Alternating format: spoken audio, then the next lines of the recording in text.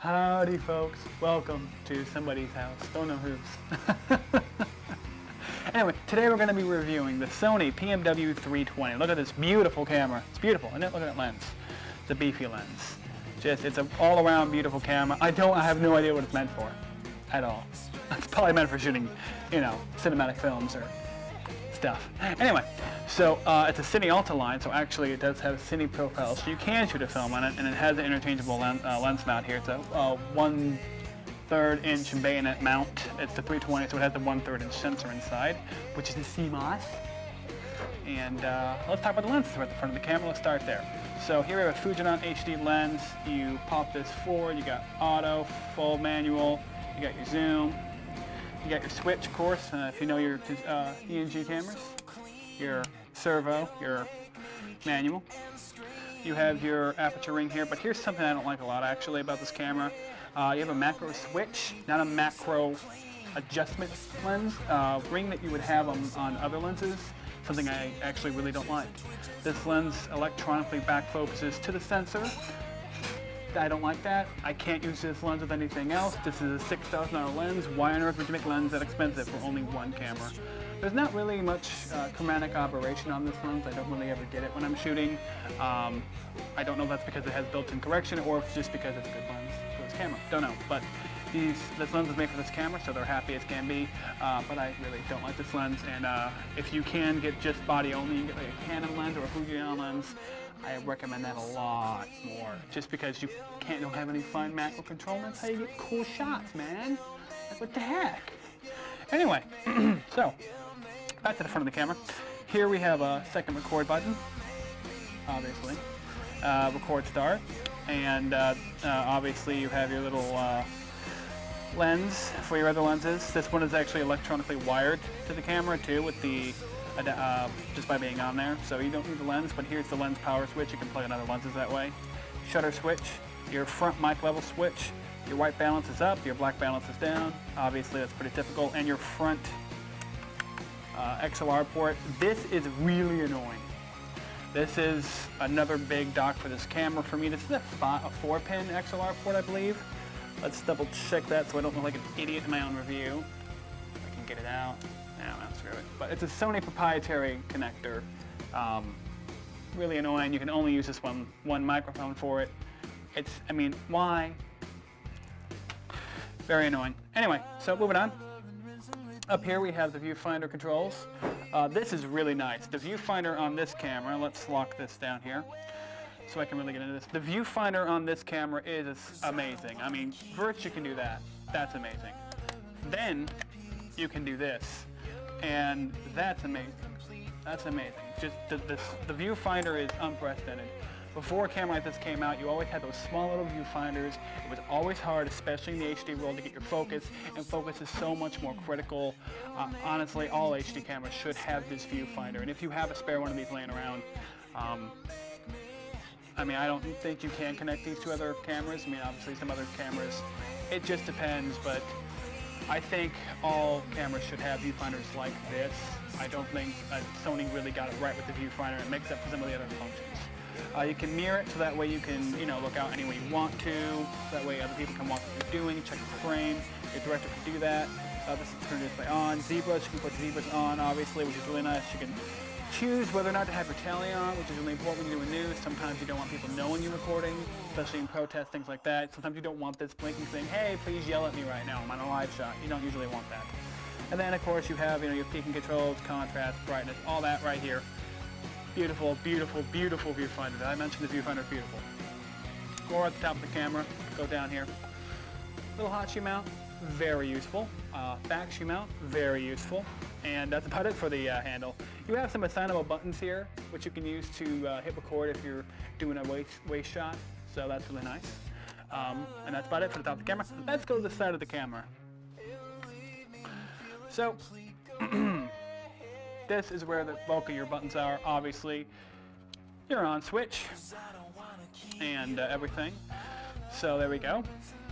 Color temperature button, your neutral density filters, which are obviously essential and amazing. Your assignable buttons are right here. Monitor mix, here's your monitor, all that jazz. Got alarm so that way when your battery's low or you're getting out of media, beep, beep, beep. which is very helpful. Then you have your assignable switch. You get your gain, high, medium, low. Bars, camera, off and on, if you want to, see bars or whatever, there you go. Then of course you got your presets here, your white balance is A and B. Also you can preset this to be B, then you have A, you can switch A around, and you can keep this preset. You're going to have this at 56, you can have this at 32, and then you have another one maybe set for 43, so that way if you're really on a running on shoot, you can just go bam, bing, bang, done, got it done. Here's a really impressive feature now. This audio section is amazing. It allows you to control 1, 2, 3, 4 audio inputs. You can set them all at different levels, so that way you can have a wireless lav hooked up, a reporter's microphone hooked up, and an internal hooked up, so that way you have plenty of audio sources no matter what situation you're in. It is an audio godsend for us ENG shooters in the news land who have to do everything ourselves. And obviously your menu buttons. Up here, really nice backlit display. You can turn that off, save battery, turn it on if you don't. In the daytime, this is fine. Backlight's very helpful at night. Very helpful. It doesn't drain your battery too much too, which is a really nice plus actually. Here we have media full, battery full, and obviously your audio counters, which won't be on because I have the audio shut off for this thing. And another little trick, your little earphone port is actually back here with all your other connections. Usually it's up here or somewhere around here. It's in a really odd place for a lot of cameras, but here Sony just got that right. I really like that, nice little feature. Moving on. Obviously here are your inputs and outputs. You have your HD SDI right there. And then you got your two XLRs, DC in, your audio out, and your DV for whatever you would need. Really great. Now here's a really cool feature. When you come over here, your jack pack, as Canon like to call it, you have HDMI, right? That's amazing. Not only do you have HD SDI, so you have HD out, you have B and C out, and you have HDMI out, which eliminates any needs for any converters depending on what output you're using. So you can use a myriad of different recorders and slap it right in the top here. Amazing features, amazing features. Obviously your gen lock, your B and C out, time code in. Great, great, great. Also, this uses S/S cards. What's the problem with S/S cards?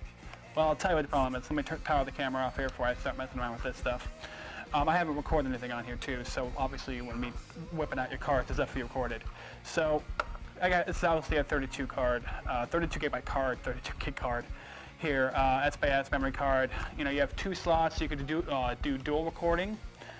So you can, there they are. They slide in like so.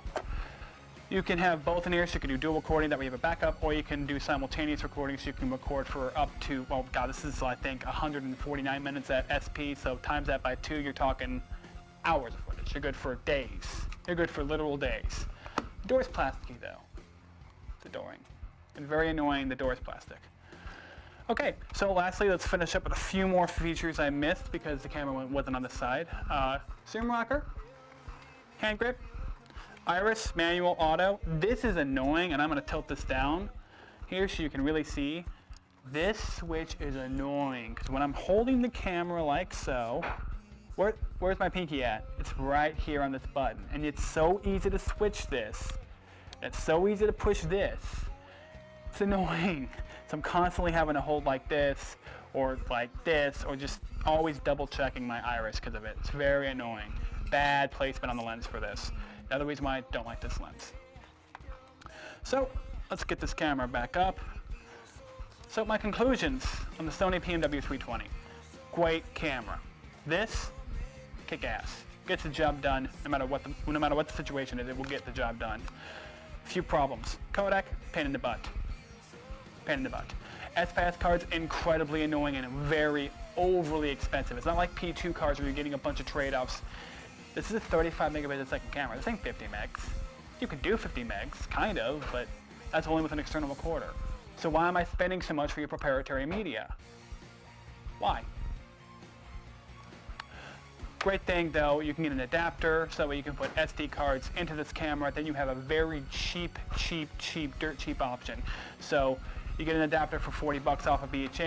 You put in your 64 gig cards, and you are ready to record for days for less than $100. So get the adapters, use SD cards, and make sure you're using at least Class 10 SD cards though, and then you won't need to spend money on these because these are very overpriced. So there's that. But a beautiful camera always gets the job done. It is amazing in low light. This camera is better than a lot of others in its line, in its market at low light. It's a very good low light camera. The gain, however, I don't like that at 12 dB, god awful. 6 dB, usable. On other cameras, 12 dB is usable, and 18 is god awful. I wish there was a bit more noise control ratios there. I wish it was a bit cleaner at 12 dB than it was. I know what you're saying, Chris. Why don't you just add a light? Well, when you're shooting a protest and you have cops running on each side of you, it's very difficult to add a light. So just a heads up for you. So low light's really important on these cameras. So better than the 370 in low light, not better than the 370 because you get a better lens with the 370. The sensor is the Panasonic HPX 370. Honestly, the only con the 370 has to this is you have to use P2 cards. Those are expensive. But the P2 cards give you 100 megabits a second, 100 megabits a second, AVC intro, way better codec. This codec sucks. Why are we spending so much on these cards? I'll move on from the codec issues, but yeah.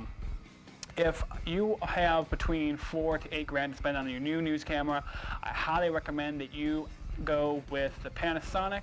Panasonic is cheaper, better media, better codec, better lens. But if you want a really good viewfinder and you need that low light capabilities, buy the more expensive camera, get the SD card adapter, and you're good to go. That's my review. We'll end this review here with some footage I shot over the past couple of years while I've been using this camera for Channel 11. And I hope you enjoyed this review. If you want more reviews, click the buttons down below, the like, the comments, the favorites. Let me know what you camera geeks out there want, and I'll be sure to go ahead and reply. Oh, and last but not least, no real camera reviewer. This is a very well balanced camera because it has an adjustable shoulder mount. You can adjust it, folks, and it's perfectly balanced on your shoulder, ready to go for hours on end.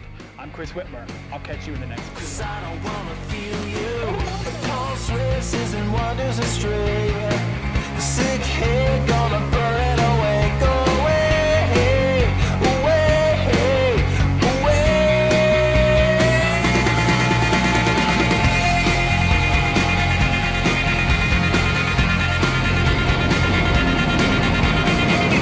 You'll make me feel so clean. You'll make me kick and scream. You'll make me feel so clean.